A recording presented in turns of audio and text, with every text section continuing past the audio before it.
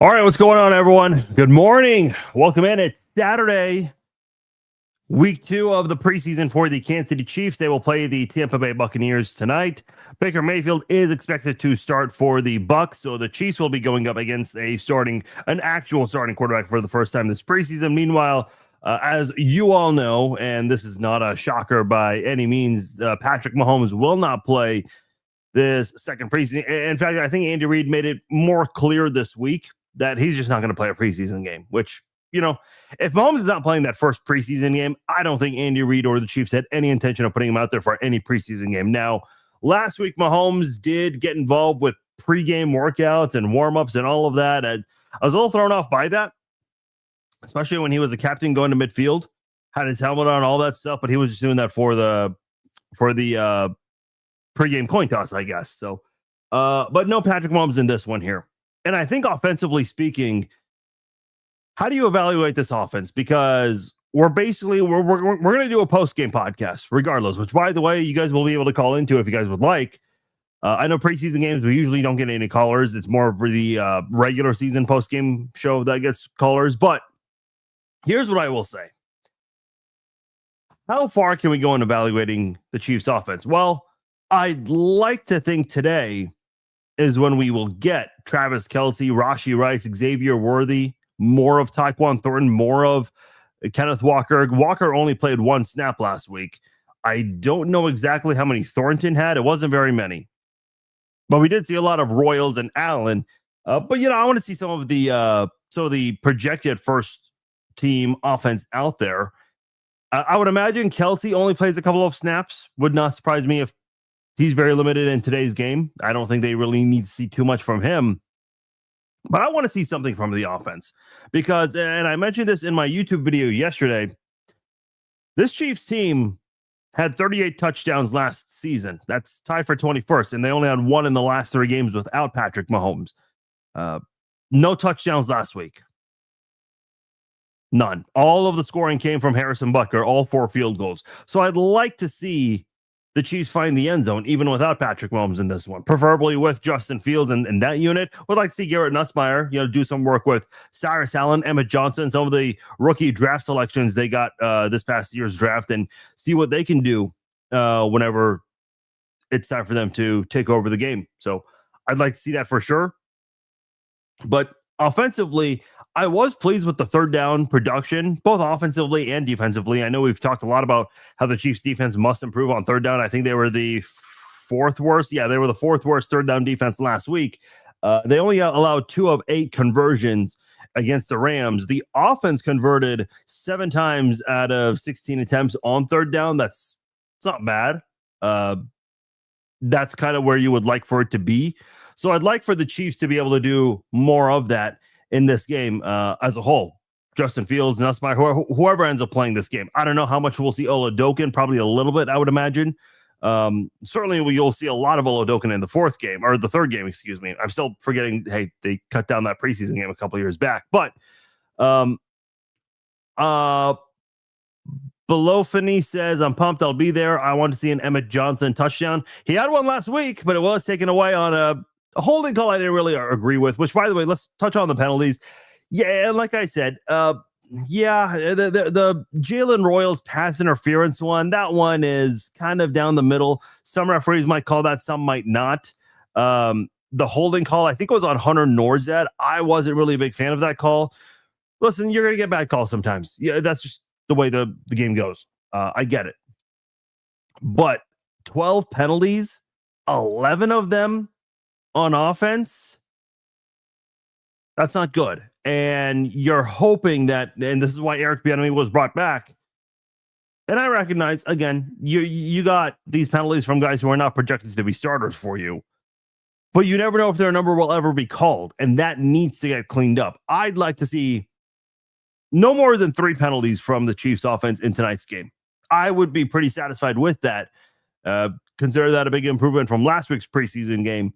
If they can limit themselves to 3 penalties max in this game against the Bucs. So I'd like to see that improvement. Let's go to the defensive side because there are some things. Will Emmett Johnson play? Oh yeah, definitely. I'd be surprised if he didn't play.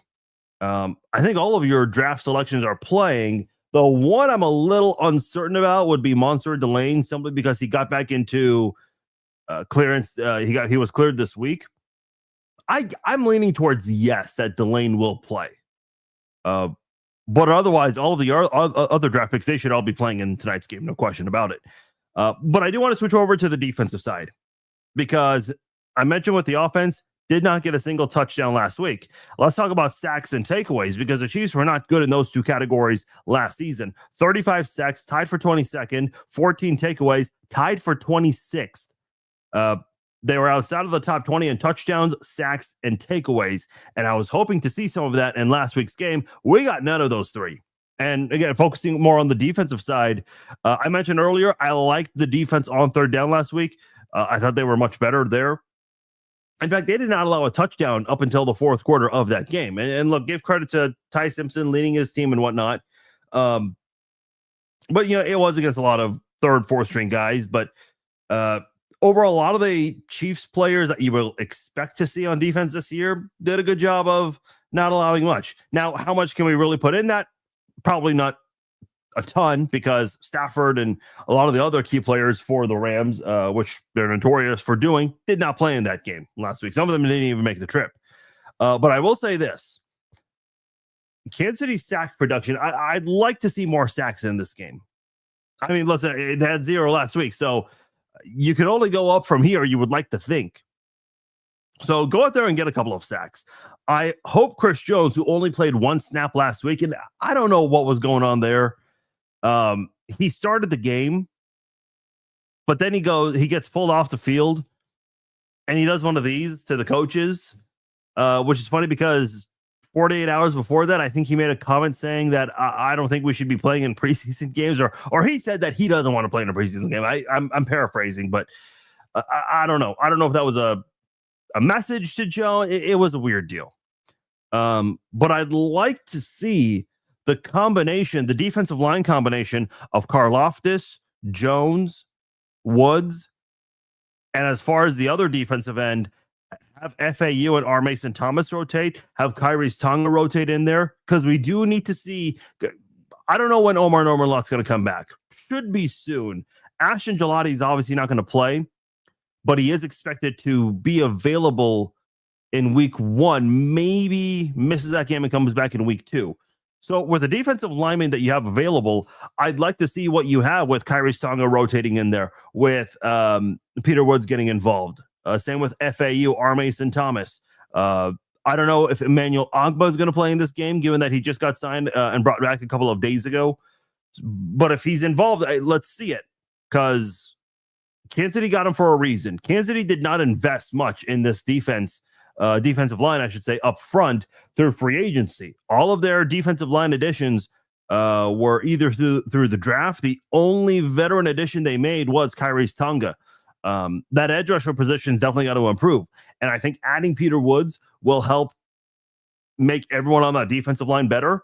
Less double team situations. That's what you're really hoping for. That's the big reason why they got Peter Woods.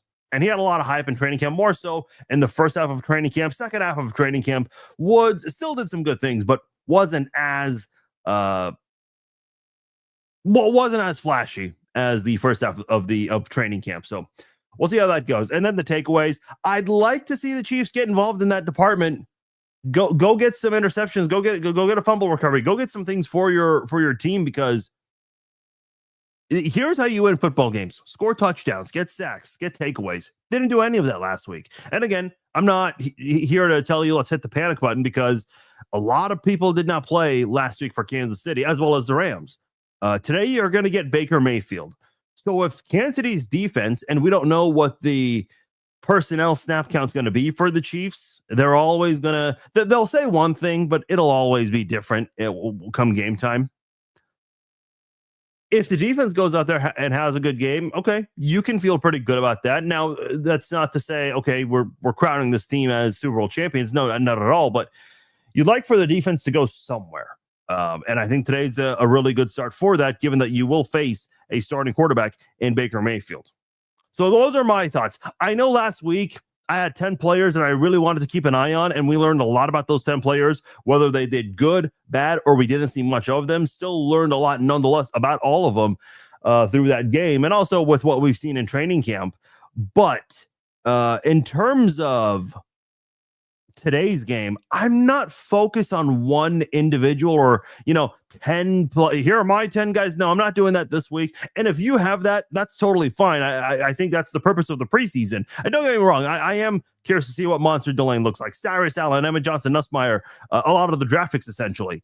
But I'm not really focused on certain individuals for this game, because I felt like as a team, and again, it's preseason, I get it. The Rams didn't have a lot of their starters. Chiefs didn't have a lot of their starters. But still, just going off what happened last week, no touchdowns, no sacks, no takeaways of any kind. That's got to change. I'd like to see that in this game. So we'll see how that goes. Remember and I'll read you guys' comments in a moment here. I think the only time I've ever felt absolutely gutted from a preseason game, remember Todd Haley? He had a preseason game his first year with the Chiefs in 2009, and it was that fourth preseason game. And you guys know how the fourth preseason game used to be. It used to be the starters would play that game, and it would literally just be a couple snaps, even in the middle of a drive. They would just start yanking guys. Quarterbacks would change during the first drive of that fourth preseason game, or you would just not play the starters at all, and the backups would go in. Every coach handled it different for that fourth game. But Todd Haley, man, he put his starting unit into the fourth quarter of that game. I think it was against Green Bay. I'll look this up just to be sure. But, dude, Kansas City starters were getting embarrassed by Green Bay's fourth-string guys who were all about to get cut. I mean, if you were playing in the fourth quarter of the fourth preseason game back then, you were making the team. You just weren't. Maybe one guy from that mix. Who was? Okay, so I'm looking at 2009. They played the Rams in the fourth game. I promise there was a game against the Packers, that fourth preseason game. Okay, that might have been 2010. Well, the Chiefs actually did. The Chiefs won that game. I must be confusing this for another game, but I swear that scenario existed. Okay, I think I found it. It was a 2011 preseason. For some reason, I thought it was Todd Haley's first year. Yeah, that game, if that is available anywhere on NFL Plus, that kind of makes me want to go back and watch that. Let me see if NFL Plus has that game. I'll probably watch it tomorrow just because of the fact that we even discussed it and brought it up.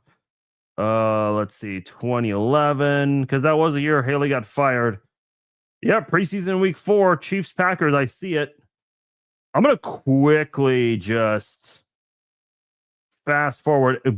Man, NFL Plus has one of the worst. Oh, remember this guy?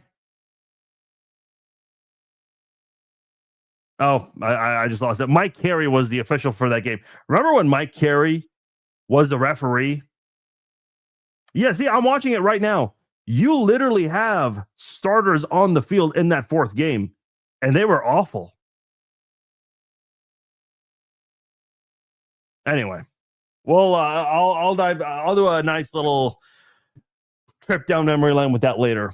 Let's see. What are you guys looking forward to seeing today? Whether it's as a team, individually. I'm more focused on the team aspect for today than individual performances. Don't get me wrong. I'm still keeping. I want to see Cyrus Allen and some other guys who impressed in training camp. But Joker says, I really wish Andy would pet in for a few snaps. Really need to see him before week 1. Yeah, I agree, Joker. I've been saying all offseason, especially given the trajectory and the progress Mahomes made. You thought there was a chance he'd play a preseason game. I'd like to see him just overcome, that emotional, psychological hurdle in a preseason game. And maybe I said this before, I have a strong stance on that because Denver's that first game, but Andy's just not going to do it. Which I get the logic. I do. I just think I don't want Patrick's first game to be against Denver because I think that will lead to a slow start, which you cannot afford against that team. Now, if the Chiefs come out swinging in that first game against Denver, I'll come on here at halftime and let you guys know I was wrong and I completely miscalculated that. Dame says, I want to see some sacks from the defense. Yeah, that would be nice. Chiefs got a lot of pressures last year, but pressures are great if you can force ill-advised passes, force them to throw the ball out of bounds. But if you're allowing a completion at the very last second, then those pressures won't mean much. Is Chris Jones still upset with the week 5 bye like he was a few years ago when he told the media? I don't remember that. Yeah, the week 5 bye, that's not ideal. Remember, they don't do this anymore. Remember in 2006, the Chiefs had a bye in week 3, which obviously at the time when the schedule came out, nobody liked it. But remember, when Trent Green had that concussion, a lot of people looked at it as like, oh, well, maybe this bye being so early is a good thing. Now, Damon Hewart ended up having a good regular season for Kansas. He had the second best quarterback rating of any quarterback not named behind Peyton Manning, essentially. But yeah, those week 5's early, and look, the way I see it, by mid-October, you start rolling. And if you can, maybe you don't get the number 1 seed, but if you can get the 2 seed, you can at least play 2 games at home, guaranteed, assuming you win out. So, yeah, bye week that early for a team that's been playing into late January or February, 7 years in a row up until last year. Yeah, that's not great. It's not ideal. But if you can at least get yourself a couple of home games come playoff time, that'll be good. And if the number 1 seed is out of reach and you have the number 2 seed locked up going into week 18, then you can create your own de facto bye week. That will certainly come into play for sure. Who are the Chiefs playing in the final week? I want to say the Raiders at home. Yes, it is the Raiders at home, which obviously we don't know the date for. Here's the nice thing about Kansas City is they fly home late tonight. After this, they do not have to travel until September the 27th. Today is August 22nd. The Chiefs don't have another road game until September the 27th. So on the 26th of that day, they'll fly out. The Chiefs aren't going to be doing any traveling for essentially 4.5 weeks. So yeah, you have that early bye, but you kind of have to work with what you have. And right now the Chiefs have this. There is that brutal 3-game stretch. You got the Bills on Thanksgiving night. Then you got the Rams exactly 7 days later. That's also going to be back-to-back Thursday games. Then you got the Bengals on the road. I don't think the Bengals game is going to be tough. Look, and I'm not handing out wins and losses in August, but did you guys not see Joe Burrow's press conference? That dude looked dejected, and the season hasn't even started yet. I mean, it's one of those, hey, blink twice if you really want to leave situations. That's what it felt like watching that press conference. I want to see more downfield throws and more from Brendan Stool. Yeah, Brendan Stool, he was pretty quiet last week, I want to say, in the preseason game. Was he not? No, I was wrong. 3 catches, 29 yards. Nothing too flashy. Longest catch went for 10 yards, so Chiefs are going to be using those tight ends a lot this year. Emmett Johnson had 3 receptions. Jaden Ott had 2 catches, 1 for 27 yards, and the other went for, 13 yards? So 2 fairly big receptions in that one. Yeah, Chiefs are going to be throwing to their running backs and their tight ends a lot more this year than they were last year. I keep telling people, Kenneth Walker, don't be surprised if he is very active in the passing game this year. They were doing that a lot with him in training camp, as well as Emmett Johnson and some of the other running backs. And you actually saw it in last week's game for sure.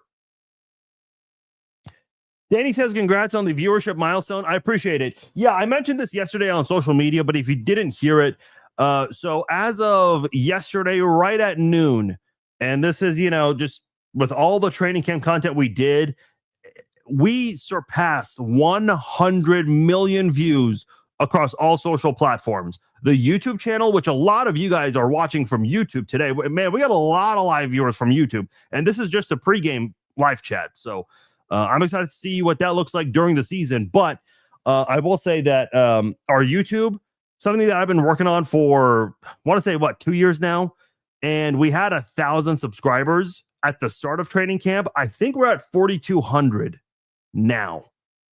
The YouTube numbers certainly now 4,200 subscribers. That's not a lot. I want to preface that. That's very little. But it feels like a lot because we're getting a lot more comments, especially with a lot of the training camp recap videos I did. And listen, given that it was an hour and a half to St. Joe, an hour and a half back from St. Joe, and trying to put together these videos, sometimes they'd come out very late, but they still got a lot of views and comments nonetheless. Some people commented, they're like, finally, I've been waiting all day for this video. I'm like, this is how you know you're starting to build a little community on YouTube. So I greatly appreciate all the YouTube viewers. That's awesome. Can't believe this channel has so few subscribers. Best channel on YouTube. Keep it up, bro. I appreciate that. Listen, we're fairly new. Like I just said, we're growing. So I am really grateful for a lot of the newer YouTube, like your name, Chris. I don't recognize that name. A lot of names on here I certainly do not recognize. We have a lot of new viewers on YouTube, and that's awesome. So this to me is an indication that, the YouTube channel is going in the right direction. I don't have like a specific goal as to what I want it to be come week 1 and then week 18. I just want it to keep on going up, and seems like it's going in that direction. And I appreciate you guys for doing that. Alan's asking, is Rice facing a suspension? No. Ian Rappaport mentioned, how does that look on Instagram? That looks weird. Ian Rappaport mentioned when he was here in Kansas City, when they did their training camp tour, that Rice is not expected to face any consequences or miss any time, and that the 30-day jail time, that was considered missing time. Okay. I mean, if it's coming from Ian Rappaport, he knows things. He knows people who are literally in the know. He himself is in the know. I don't know, man. That I was kind of shocked to learn that. But I mean, I'm not going to complain. Certainly not going to complain. Andy might throw himself in the first series after halftime. Might have to do that. I'd like to see a touchdown. Am I alone in this? No, that's what I said earlier. I want to see some touchdowns. I want to see some sacks. I want to see some takeaways. Did not get any of those last week. Do you think it would be smart to start Fields for the Denver game and Mahomes comes back in week 2? Listen, I've always been on the side of caution with these things. And let me answer it like this. If I went into a coma the day before Patrick Mahomes tore his ACL and LCL, and I woke up on day 1 of training camp, with the pads on, to be clear, with the pads on. I mean, Mahomes is wearing a brace, but it's underneath his pants and his pads. If I walked into training camp that first day and watched Patrick Mahomes, it's kind of hard to see that he has a brace inside his gear. If I just watched Patrick Mahomes, I would not have thought anything happened to him. He looks fine. I get the Chiefs' logic in wanting to hold him out until week 1. To answer your question, my answer is no, because Patrick Mahomes looks fine. He does. Andy Reid is just being super cautious for the preseason. Simple as that. Hope Karlaftis comes big this year with double-digit sacks. For a second, I thought that was for this game you wanted him to have double-digit sacks. I mean, he could break the Derrick Thomas record in a preseason game, but no. Yeah, that'd be nice. I mean, you're investing a lot in Karlaftis, a first-round draft pick who, remember the Tyreek Hill trade allowed so much flexibility. You traded up to get Trent McDuffie. You stayed pat with one of the other first-round picks to get Karlaftis. Yeah, and now you're paying him big money. So he absolutely needs to step it up this year. I agree with you.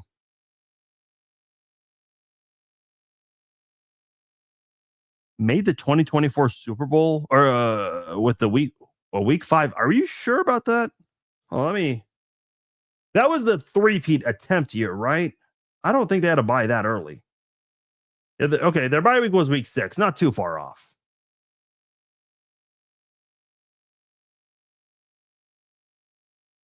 Man, I forgot that they had to buy that early that season. Not gonna lie.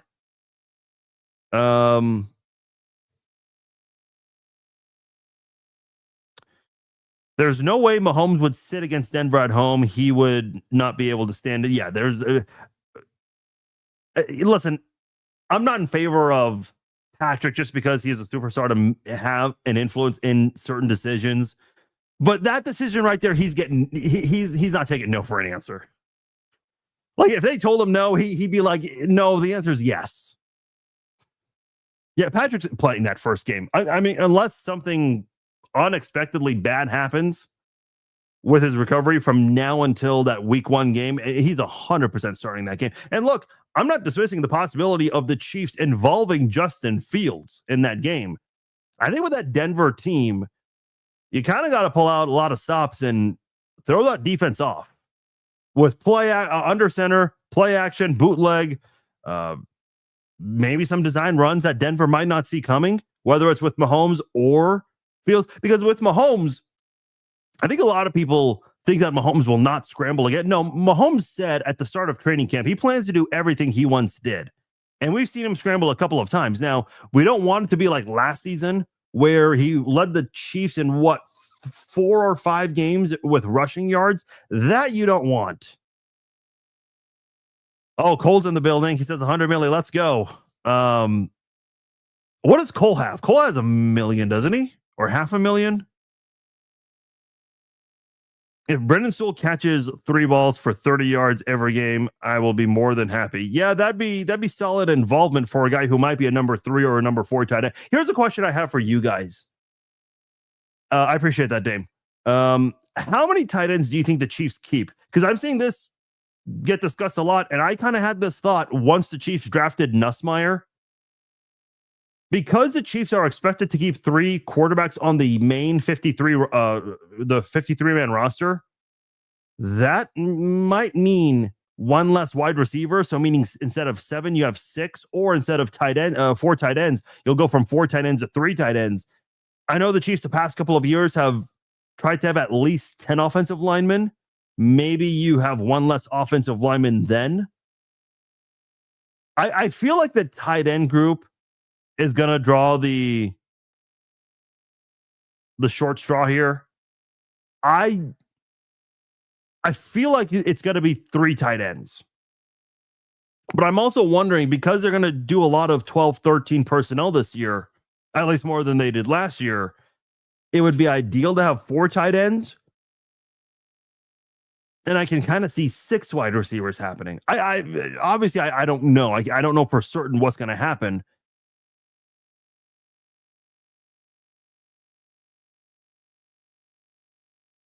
Cole Christensen or Jeffrey Bossa, take a man's job. Well, Beach, I'll throw Cooper McDonald's name in there because this is someone who they really liked on special teams last year. And he's been pretty active on defense through training camp. I still think he's got a lot of work to do, but he's certainly made some waves for the Chiefs. I appreciate that.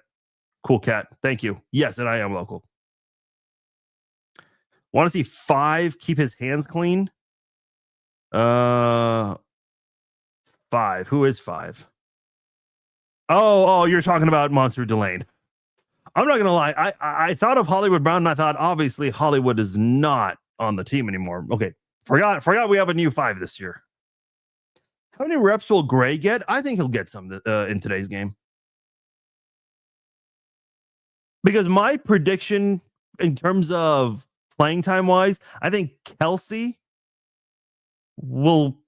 my prediction is he starts, but it'll be a couple of snaps. I don't think they need much from Kelsey. So I do think Noah Gray will play a lot tonight.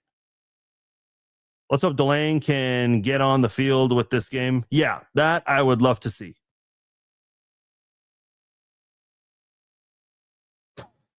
Yeah, Cole took over the chat. That's good to see. If they run the ball more, then 6 wideouts is likely.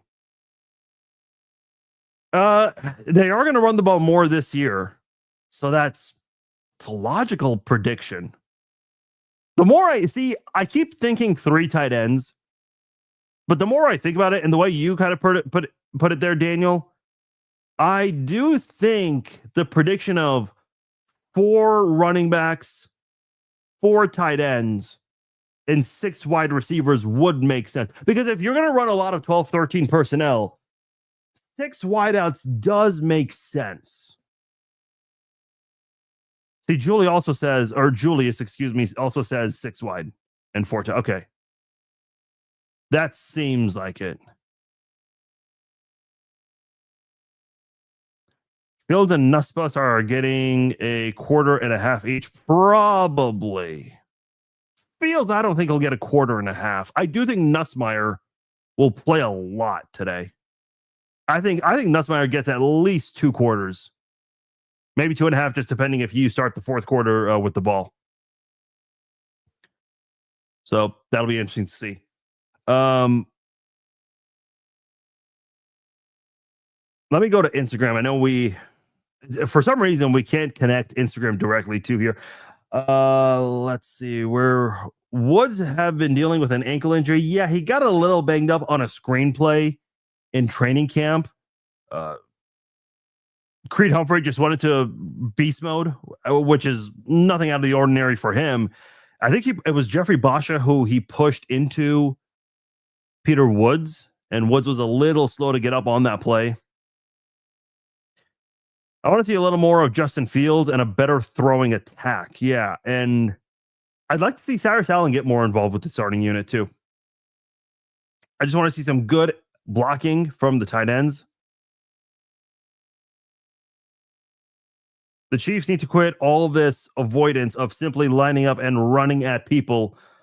All the swing passing to running backs isn't fooling anyone anymore. Andy isn't striking fear per opposing coaches. Well, I think that's why you brought back Eric Bieniemy, because a lot of the things you did with Eric Bieniemy worked.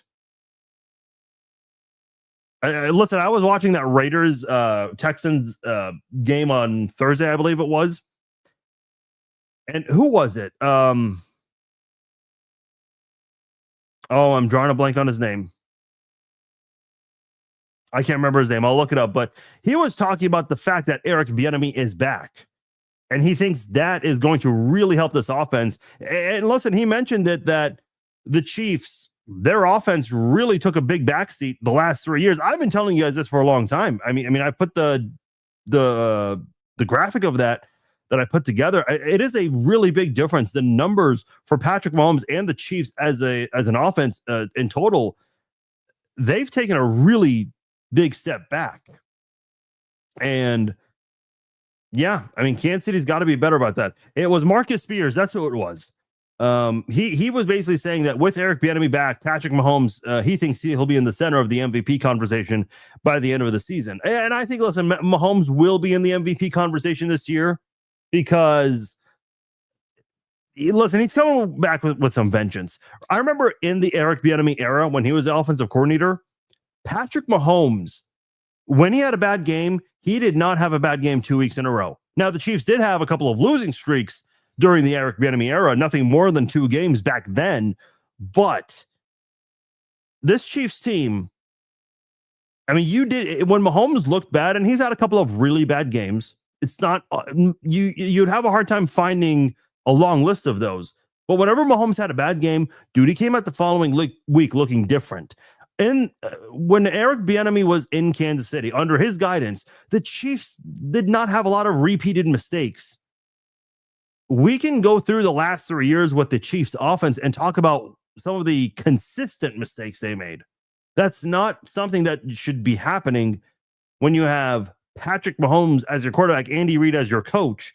And listen, I think Andy Reid deserves some criticism here because he did not do a good job of putting together the best possible coaching staff the last couple of years. I understand why Eric Bieniemy left. He deserves to be a head coach somewhere. He absolutely does. And he had to kind of prove himself away from Mahomes, Kelsey, and Reed, which I think is silly. I mean, You have offensive assistants in New England, such as Charlie Weiss and Josh McDaniels, each got 2 chances at being a head coach. I know Charlie Weiss was a head coach in college, not the NFL, but technically McDaniels got 3 chances to be a head coach. One of them he backed out of, but still, that was an offer he took nonetheless. So, I mean, if those guys can get multiple chances, Eric Bieniemy deserves 1 chance. And if he fails, he fails. Let him fail. He at least deserves a chance to try. I don't think it's fair to hold it against him, but what do I know? Garan says, question would be, who is getting that 6 wide receiver spot? Man, okay, so let's go over this. The 5 obvious, I think, are Worthy, Rice, Thornton, Allen, and Royals. I hate to say it, but I do think 6 would be Nico Remigio, with the hope that Armstrong would clear waivers and come back on the practice squad. He might, but I don't think he's going to stay on the practice squad for too long. I think another team would try to claim him off Kansas City's practice squad, because all of the other 32 teams, they're watching all of the other preseason games. They're paying attention to all of the other teams. What's the Taekwon situation? What does that mean? The Taekwon situation. If you're talking about today's game, he played a couple of snaps last week. Now, if you're talking about him leaving practice early with a hamstring, he was back the next day in pads, but was limited in his involvement. So we didn't really see him much in team drills the last couple of days. So that might be what you're talking about. Otherwise, he seems to be fine. I mean, he's been involved on all the individual drills. I kind of forgot about that. So I'm glad you mentioned that, Aaron. He might get held out of this game.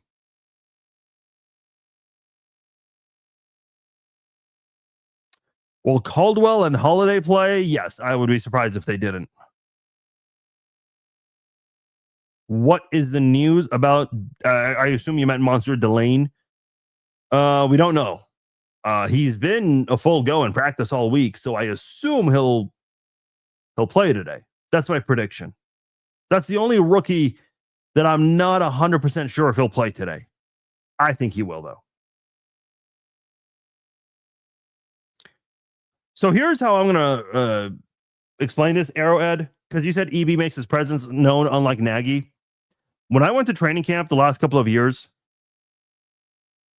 listen, you can point out Andy Reid from a distance. He's, physically different than a lot of the other guys. Eric Bieniemy also noticeably different. He also has got the beard that you can see from afar.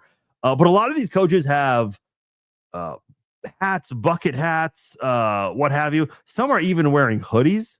I mean, training camp for the most part this year, you didn't have a lot of sweltering heat in practice. Last year they had that a couple of times.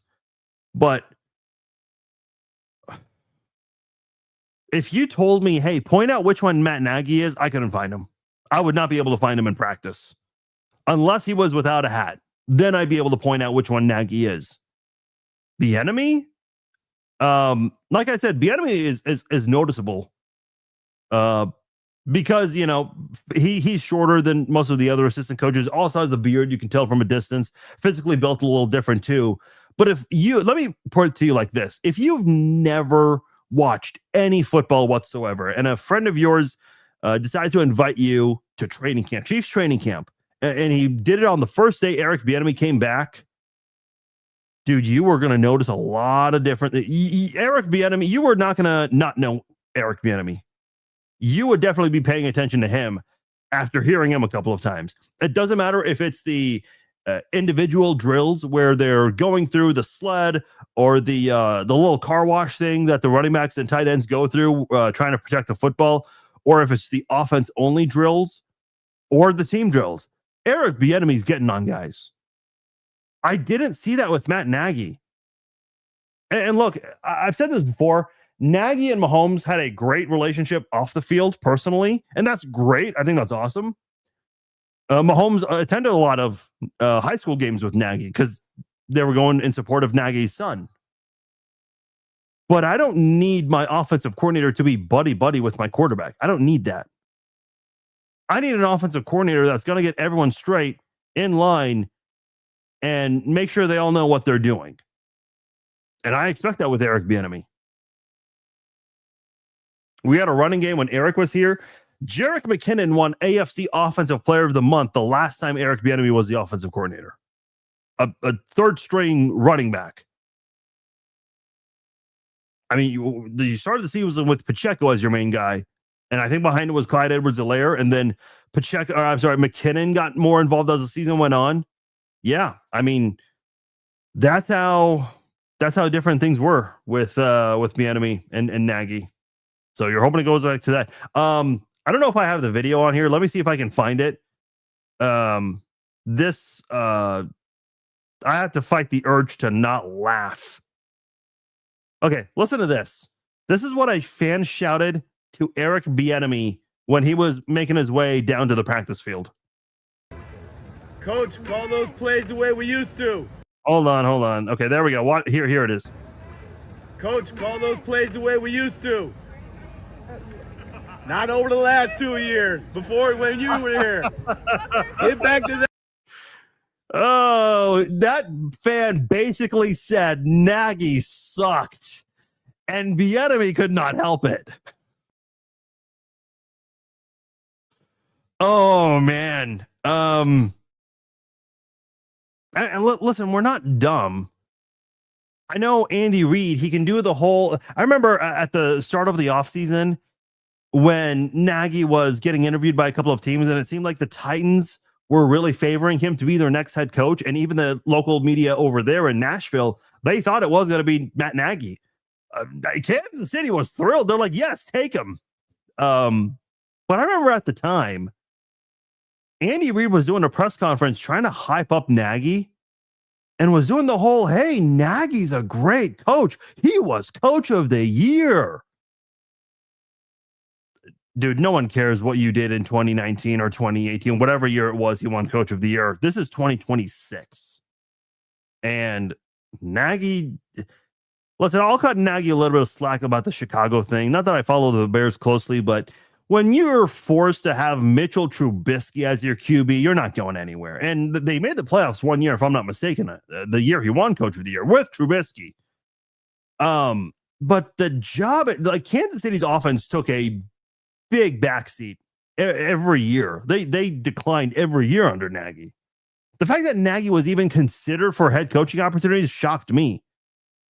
Like, how is it that Nagy was so close to getting a head coaching job, but not Spags? Not that I want Spags to go, but listen, I get it. These assistant coaches want to be in charge. They all want to be head coaches. I don't know. It makes no sense to me. All right, I'll read a few more and get out of here. Corey says, I would like to see the Chiefs defense get a lot better on defending third downs. Yes, they were fourth worst last year, allowing a conversion rate 43% on third downs. They were much better about it last week. They only allowed 2 third downs in 8 attempts by the Rams. Again, they had their backups. Can't say that a lot of their backups in. So take that for what it's worth to you. But based off what we can react to, yeah, that was good to see last week. The Bucs will have Baker Mayfield playing today. So let's see how the Chiefs do on third down against Baker. That'll be a true test for sure. He needs to go back to using some college plays from way back so others are surprised and not using the same old plays that we all used to know. Yeah. And listen, I think if you're a team getting ready for the Chiefs, what game film do you study? Because you can't use much of the preseason because Patrick Mahomes, when I say game film, I'm talking specifically with the Chiefs offense because Mahomes is not playing in any of these preseason games. So how much are the coaches really spending on preseason tape? I don't know. You got to do a little bit in case Justin Fields has to play and take over. Are you going to go back to any of last year's tape when Pacheco and Hunt were your running backs and you weren't under center often? Are you going to go back to 3 years ago? I mean, there's a lot of tape for coaches to really have to work on. Are you going to go, as Julie alluded to very well, are you going to start looking up all the things that Bieniemy did in UCLA and Washington? Like how much are you really going to be trying to prep for that Chiefs offense? What game film are you going to focus on the most? Yeah, he got screwed over in 2023. I mean, the bad coaching staff, everything, it just wasn't good.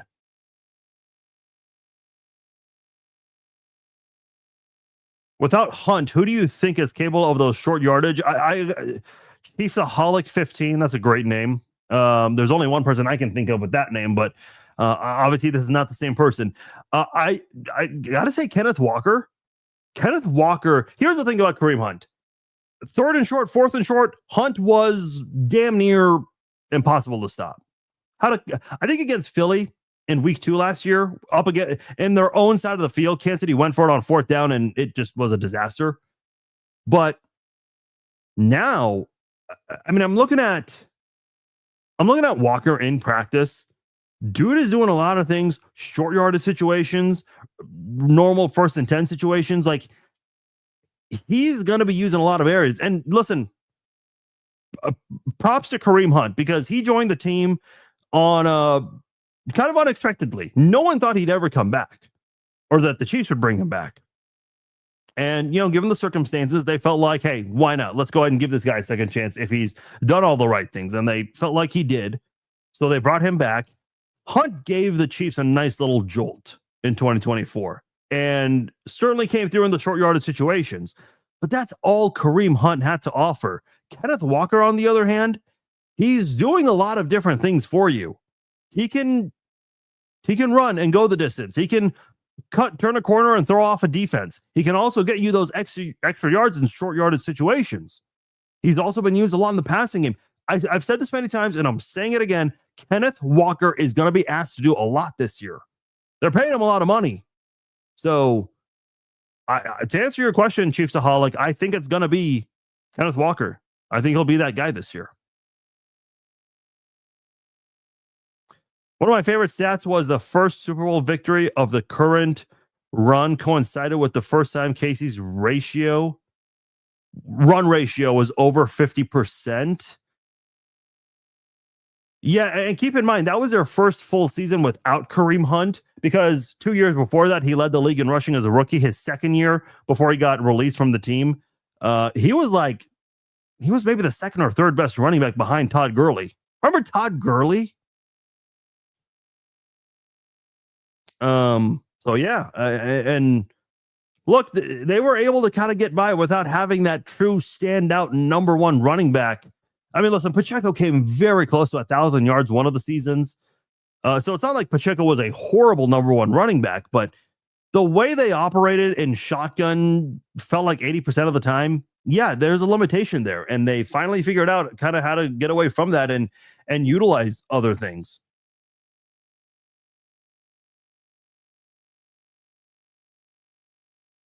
Walker's really the first good running back the Chiefs have had since Priest Holmes. I mean, I would say Jamal Charles.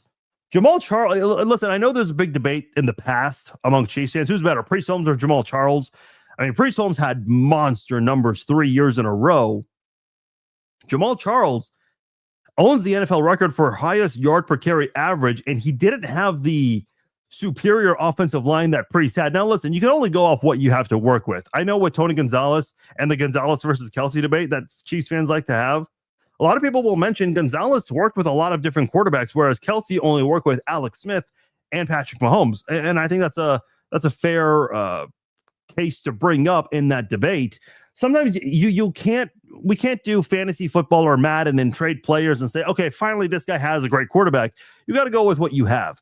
And Jamal Charles, I felt like he did a lot with less at the time. But yeah, and listen, it happens. We forget. Don't worry about it, Mock. But yeah, I would say since Jamal Charles, because remember when Jamal Charles got hurt and couldn't come back to being a full-time player again, they had Spencer Ware take over, Charkandrick West. They drafted Kareem Hunt, and unfortunately, that was a short stint his first time in Kansas City.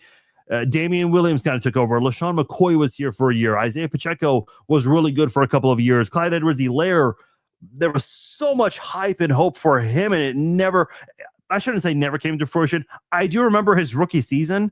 Clyde Edwards-Helaire was second in rushing yards 8 or 9 weeks into the season. Only Derrick Henry had more. And it looked like Clyde Edwards-Helaire was going to be something special for a little bit, but it was a very brief, hot run with him.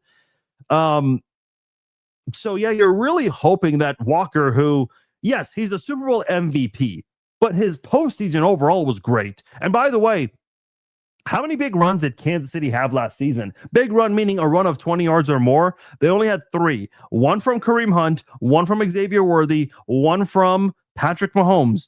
Only one of those plays came from a running back. Only one. And you look at Walker, he had 10 runs of 20 yards or more. And if I'm not mistaken, I think that's top 5 in the NFL last year. I'm going to look that up just to be clear, but the fact that Walker more than tripled the amount had that many rushing plays of 20 yards or more. It's like, dude, that's how bad Kansas City's defense was. Let me look this up. Big plays. Oh, I should probably look up as a team. Yeah, Kenneth Walker was tied third with Jahmyr Gibbs for 10 runs of 20 yards or more. The Chiefs only had 3. That's more than triple the amount. That's insane. Yeah. Oh, man. I remember being in high school when Larry Johnson played. Dude, I was obsessed with LJ. I thought that dude was really going to be the next Emmitt Smith. Boy, did that fail. And it's unfortunate. Look, here's my hot take while we're at it. I think Larry Johnson could have been the most successful running back in Chiefs history, because you can make a case that if Larry Johnson didn't get in trouble off the field, put in the effort on the field, Jamal Charles' career in Kansas City would be non-existent almost. He would have just been a backup at best, because Todd Haley almost cut Jamal Charles one year, which is insane to even think about. But yeah, man, LJ, it's unfortunate because I think he should have been the all-time leading rusher in franchise history. Of course, there was that big petition to get rid of him and not put him in the history books. And who was it? Scott Pioli even admitted, he's like, yeah, that was part of the reason why we cut him. And then the tweets and all these other things, it was unfortunate. If they can only carry 6 wide receivers, can Emmett Johnson double as a 7th receiver? Cool Cat's asking. I don't think Emmett Johnson would be that guy. See, this is actually a really good question. I actually think Brashard Smith would be that versatile Jerick McKinnon type of guy. Brad said Tonga and Woods both played fullback in high school. Yeah. What are the odds that they both play a snap at the same time? Is it realistic that Tyreek Hill rejoins the Chiefs once he's cleared to play? I mean, that rumor and prediction is a pretty popular one. It's out there. It's hard to say because we don't know what exactly Tyreek Hill's going through. I know he's training with Luther Glover, who's worked with some Chiefs players in the past, if I'm not mistaken, and some other notable athletes, college, pro, whoever. I can't answer that because I don't know what Tyreek Hill's current recovery process is like. It's from reports that I've seen, and you guys have seen these as well. Do you think he'll even play this season? It doesn't seem like it. I don't see it. I'd be surprised. Larry had his moments too, but point being, it's been a while. Yeah, no, I agree with you 100%. That clear-cut number 1 guy, someone that could be a top 10, even a top 5 running back. Yeah, you're right about that for sure. Am I going to be live all the way up to the game? No, that would be way too many hours. I don't think you guys cannot take that much of me. No way. But I will say this. So again, I do actually appreciate you asking that, Hassan, because there are a lot of new people here who are watching. So here's how we do things on game days, unless I'm at the game, which I was last week. During the regular season, I will be at one of the games, so we won't have a live stream during the game, like a halftime live stream. But here's what we do normally is we do a pregame live chat, and we do it several hours before kickoff because I don't want it to be too close to the game. Then at halftime, we will go live for about 10 minutes to recap the first half and talk about what we need to see in the second half. Preseason is obviously going to be different because we don't know who's going to play how much and all of that. So preseason is more casual, but we'll still go live nonetheless at halftime. And then after the game, and this is one of my favorite things about this podcast, we're going to do our post-game podcast because the pregame live chat and the halftime live stream, those do not get uploaded to the podcast sections. The post-game live chat, the podcast, That does. And the nice thing about that is we have a link for you guys to click on. You guys can actually call into the show. So turn on your camera, whether you've got a nice setup like I do here, or you can just do it from your phone, your iPad, your tablet, whatever it is you guys use and watch from. You can join the conversation, essentially calling in like a post-game radio show where they recap a game. That's exactly what we do after every single game. And we'll do it for the preseason. I know, typically speaking, historically, for preseason games, we don't get a lot of calls post-game, but we'll still put it out there for you guys for a chance to call in nonetheless, if you guys would like to. But I know we'll still get a lot of comments either way. And then the last comment, this is a good one to end on here. This comes from Patrick Mahomes _67. He says, like and subscribe. I like that. Hey, this is awesome. I appreciate all of you guys joining me for this pregame live chat. If you're new and you liked it, wherever you're watching us from, Instagram, Facebook, X, YouTube, make sure you're following or subscribing to us on those channels as well as the other channels. And make sure you guys come back at halftime. We will recap the first half and preview the second half. I'm Farzin Vasugian. Thank you all for joining me. I will talk to you all at halftime.